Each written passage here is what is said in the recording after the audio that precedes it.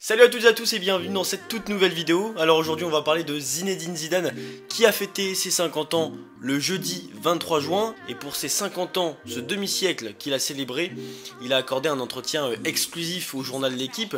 Et quel entretien, parce que on a l'habitude de voir Zidane assez discret, qui ne veut pas trop se confier sur certaines choses.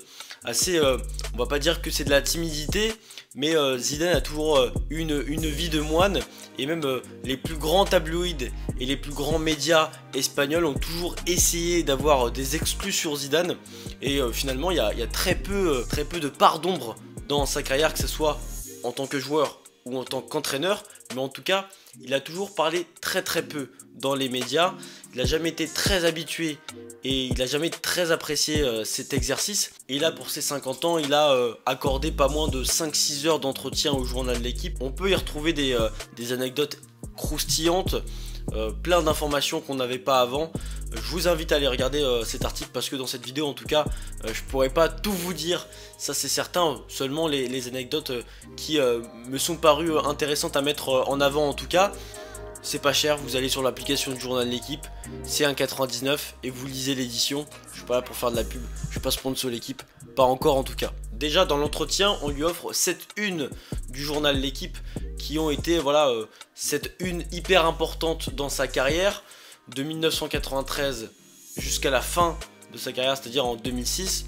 Et donc en 93, on lui offre du coup cette une pendant l'entretien du journal L'Équipe. Ou en 1993, c'est sa première une quand il est à Bordeaux. Et donc lui il réagit en disant que sa mère possède déjà cette une, parce que sa mère a tous les objets, tous les trophées, toutes les médailles, tous les crampons de Zizou chez elle dans un grenier bien conservé au chaud. Et même le ballon d'or est même pas chez sa mère. Le ballon d'or il est, voilà, il est vraiment dans une pièce pas secrète, mais personne n'y touche. Il est sous un drap. Et voilà, très bien conservé. Et Zidane c'est pas un matérialiste et c'est pas quelqu'un qui garde quoi que ce soit, pas grand chose en tout cas. Que ce soit ses victoires de Ligue des Champions, sa victoire en Coupe du Monde ou à l'Euro, il a même pas de réplique. Le seul trophée original qu'il a, c'est le Ballon d'Or.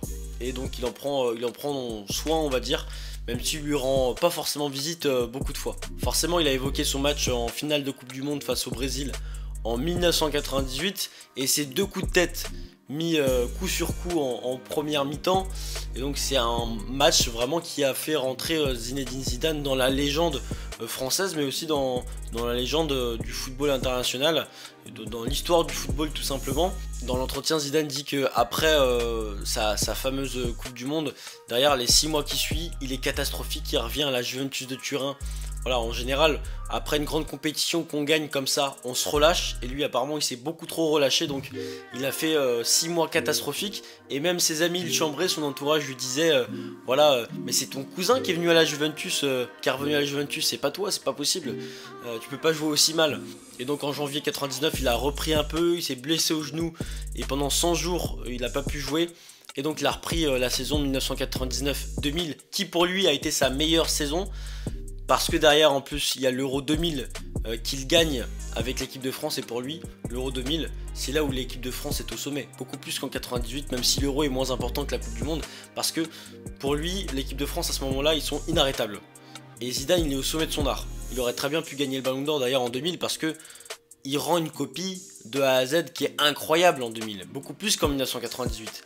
En 98, il y a ce carton rouge qu'il reçoit en phase de groupe. Et du coup, les matchs qu'il manque, je sais plus s'il en manque plusieurs, il n'est pas toujours au sommet.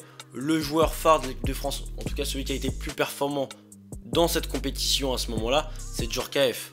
Zidane, il a été décisif en finale et c'est ce qu'on a retenu à la fin. On va dire l'œuvre de Zidane qu'il faut retenir avec l'équipe de France, c'est 2000. On peut aussi dire 2006, même si ça s'est très mal terminé à la fin.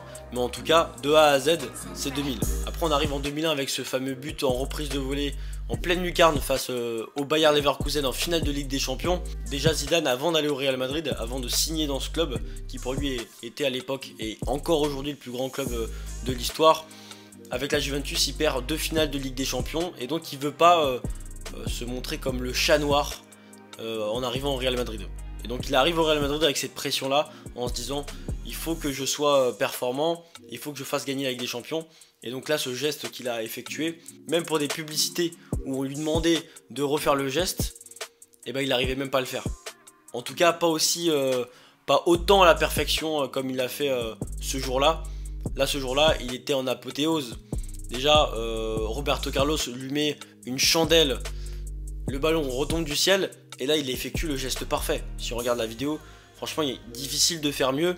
Même lui le dit, en toute honnêteté, il essaye d'être humble là-dessus, mais il dit que voilà, dans les matchs les plus importants comme ça, c'est là où il a été le plus fort.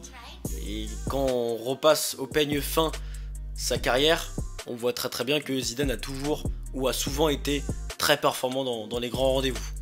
Après, il y a plein de beaux moments dans la carrière de Zinedine Zidane. Il y a en 2006 ce fameux match, ce quart de finale face au Brésil, où il rend une copie presque parfaite. C'est la dernière danse d'un artiste, et donc c'est incroyable. Et même après le match, il va danser sur la table des vestiaires, alors qu'il y a 30-40 personnes, et lui, même quand il y a 2 personnes, il va pas danser. C'est impossible. Déjà, pour se mettre torse nu devant tout le monde, il a du mal, parce qu'il a toujours été un peu frêle, Zidane. Et donc là, pour danser devant tout le monde comme ça, c'est que vraiment il était enjoué et qu'il s'était passé vraiment quelque chose. Donc c'était un match vraiment très marquant. Si vous avez l'occasion de voir, si vous ne l'avez pas vu, je pense que ça m'étonnerait, parce que tout le monde a vu au moins un résumé de Zidane qui joue contre le Brésil en 2006 en quart de finale. C'est impressionnant, les gestes techniques qu'il enchaîne. C'est lui le Brésil ce jour-là. C'est pas l'équipe du Brésil, c'est pas Ronaldinho, c'est pas Ronaldo. Machin chouette, comme Makelele peut le dire.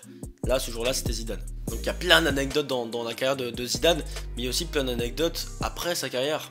Et Zizou, en tant qu'entraîneur, c'est quelque chose. Il a été entraîneur de la Castilla, c'est-à-dire entraîneur du Real Madrid B, enfin de la réserve tout simplement, et a rapidement été après adjoint de Carlo Ancelotti, où il a gagné la Ligue des Champions en 2014.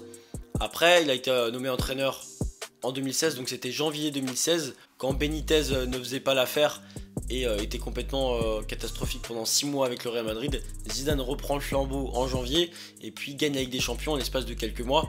Et puis après la gagne 2 années derrière, donc ça fait 3 consécutives. Il a dit, il a toujours été très perfectionniste et que quand il prend part à quelque chose, il veut gagner. C'est un gagneur. Et même quand on lui a posé la question s'il savourait plus une victoire de Ligue des Champions en tant que joueur ou entraîneur, et bah il répondait entraîneur. Parce que quand tu es entraîneur, tu travailles. Déjà tu te lèves, tu arrives au centre d'entraînement à 8h, tu repars à 23h. Quand tu es joueur, c'est 9h, 13h30, 14h. Et tu travailles pour toi quand tu es joueur. Quand tu es entraîneur, bah tu travailles pour les autres. En fait, tu as beaucoup plus de pression quand tu es entraîneur. Et voilà, la saveur est beaucoup plus présente, en tout cas c'est ce qu'il a dit. Et revenons maintenant aujourd'hui, parce qu'on parle de sa carrière de joueur, mais aussi d'entraîneur. Et ce qui est intéressant, c'est aussi de l'actualité, ce qui se passe en ce moment. On l'a annoncé depuis plusieurs semaines, depuis plusieurs mois au Paris Saint-Germain. Aujourd'hui, il a répondu que c'était une possibilité, que tout entraîneur, que quand on est entraîneur, on ferme pas forcément de porte, et que quand il était joueur, il avait 50 possibilités de destination. Aujourd'hui, il en a 2-3 projets cohérents pour sa stature. Alors c'est pas ce qu'il a dit, mais moi c'est ce que je pense. Le Paris Saint-Germain peut lui offrir ce qu'il veut. Il peut lui offrir les manettes, les commandes du navire. Malheureusement, en termes de timing, ça paraît un peu compliqué, parce que s'il n'y avait pas l'équipe de France en ligne de mire, Zinedine Zidane va aisément accepter l'offre du Paris Saint-Germain. Alors c'est pas en sachant des infos que je vous dis ça, absolument pas, mais moi dans ma tête je me suis toujours dit que Zidane, même s'il est intéressé par le projet parisien, il pense toujours à l'équipe de France, et il se pose toujours la question de quand est-ce que Didier Deschamps va rendre le tablier. Il y a évidemment la Coupe du Monde au Qatar en décembre prochain, tout dépendra aussi de ce que l'équipe de France fera à ce moment-là. Noël Le Graët, le président de la Fédération Française de Football, a même dit que si Deschamps gagne la Coupe du Monde avec l'équipe de France, il n'y a aucune raison qu'on change d'entraîneur, de sélectionneur plutôt. Mais si l'équipe de France faisait une Coupe du Monde catastrophique, comme celle de l'Euro par exemple, là il faudrait tout changer. Peut-être que Zidane attend cette éventualité, même s'il souhaite bien évidemment que la France aille jusqu'au bout, évidemment. Il faut qu'il reste chauvin un minimum. Mais si en fait il va s'investir dans un projet comme celui du Paris Saint-Germain, c'est pour un projet long terme. Parce que si là il s'investit là, et qu'il a l'équipe de France en tête aussi, en fait il peut pas savoir quand est-ce que Deschamps va partir, et je pense que sa priorité va à l'équipe de France avant tout.